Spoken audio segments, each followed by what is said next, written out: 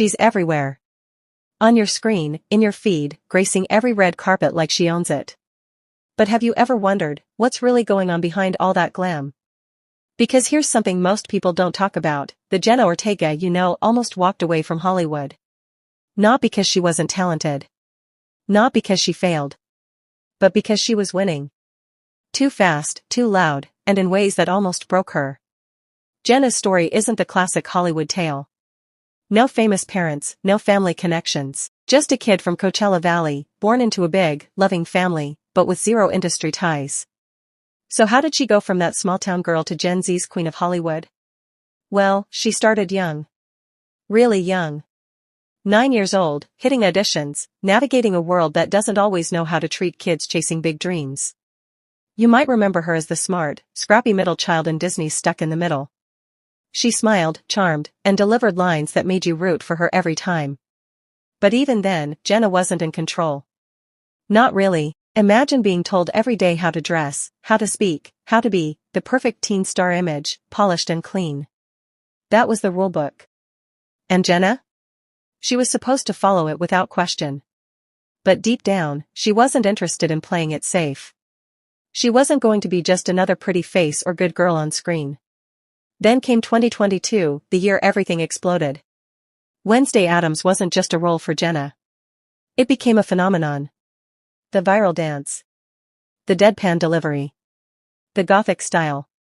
Overnight, she wasn't just acting anymore, she was a cultural icon. Fans called her Gen Z's queen, and suddenly, everyone wanted a piece of her. But behind the headlines and flashing cameras, Jenna was struggling. She once shared in an interview, "I was running on empty. The cameras kept rolling, but inside, I felt like I was breaking." Can you imagine?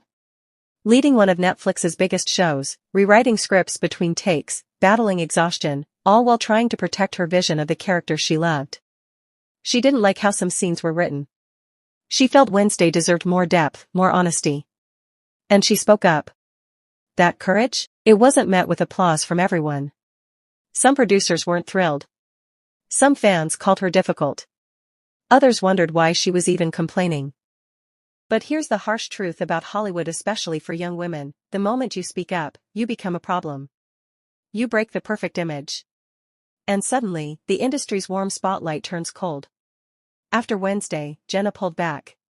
No more interviews. No more late-night talk shows. She unfollowed almost everyone on social media. She went quiet. And fans? They were confused. Worried. Whispering, "Where's Jenna? Is she okay? Has she quit?" But Jenna wasn't quitting.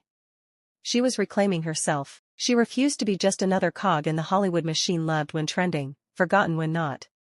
Instead, she made a bold choice: only roles that speak to her heart.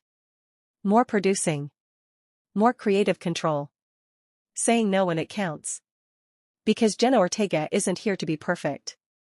She's here to be real. From starring in Beetlejuice 2 to diving into gritty indie films, she's shifting gears. Not just acting, but shaping stories behind the camera. Writing. Producing. Building a career that's hers. And that's rare. So rare that millions of Gen Zers see her not just as a star, but as a role model. She showed us you don't have to be shiny or agreeable or flawless to succeed. You can be awkward. Honest. Complex. You can say no. You can walk away and still win. So no, Jenna didn't quit Hollywood, she just decided to do it on her own terms. And maybe that's why she's not just a queen. She's something even rarer. That courage? She's real. It wasn't met with applause from everyone. Some producers weren't thrilled. Some fans called her difficult.